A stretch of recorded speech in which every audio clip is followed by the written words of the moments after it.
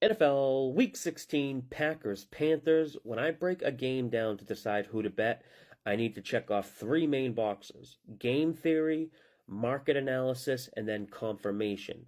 Starting with market analysis, I'll go over a basic interpretation of how to read the market.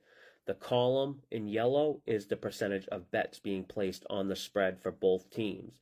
The column to the right of it is the money. Green Bay is getting 67% of the bets on the spread as of this recording. Carolina is getting 33% of the bets. But how is Carolina getting 64% of the money when they only have 33% of the bets?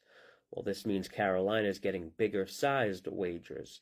It's the only way we can interpret this. So who normally bets bigger? The more informed or sharper bettors. Not always, but in most cases, it's safe to assume this. We can actually confirm this by looking at how the sportsbooks are adjusting the lines based off this betting action.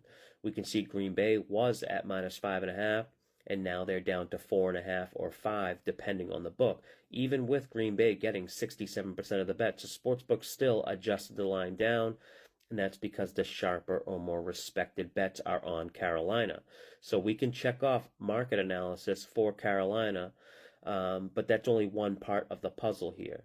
As far as game theory goes, there's a lot of injuries on both teams.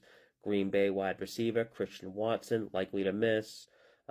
Offensive tackle Luke Tenuta, linebacker Devondre Campbell, safety Darnell Savage, all doubtful, likely to miss. Cornerback Jair Alexander, running back A.J. Dillon, they're banged up and questionable.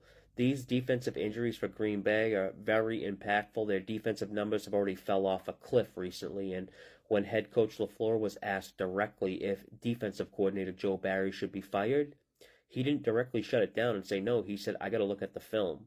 Not really a good sign there. The Packers' offense isn't exactly clicking either.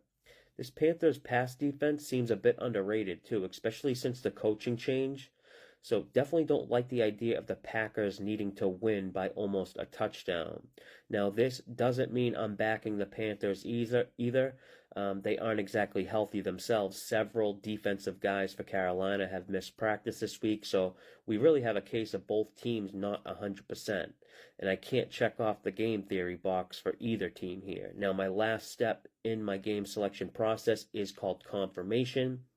Having been involved in the sports betting industry over 20 years, I know a lot of very sharp bettors, and I don't want to be on the opposite sides of who they bet. They don't have to agree with my opinion for me to confirm a bet. I just don't want to be against them. Whenever I'm able to check off all three boxes of game theory, market analysis, and confirmation, I have myself a bet. In this game, I can only check off the market analysis box for Carolina, but that's all. So this game is a pass for me. If you want to learn more about how to break games down and the 3 steps I use, you can join the Betting Network Discord community. Link is in my bio. That's it for this one. Until next time, good luck with your bets.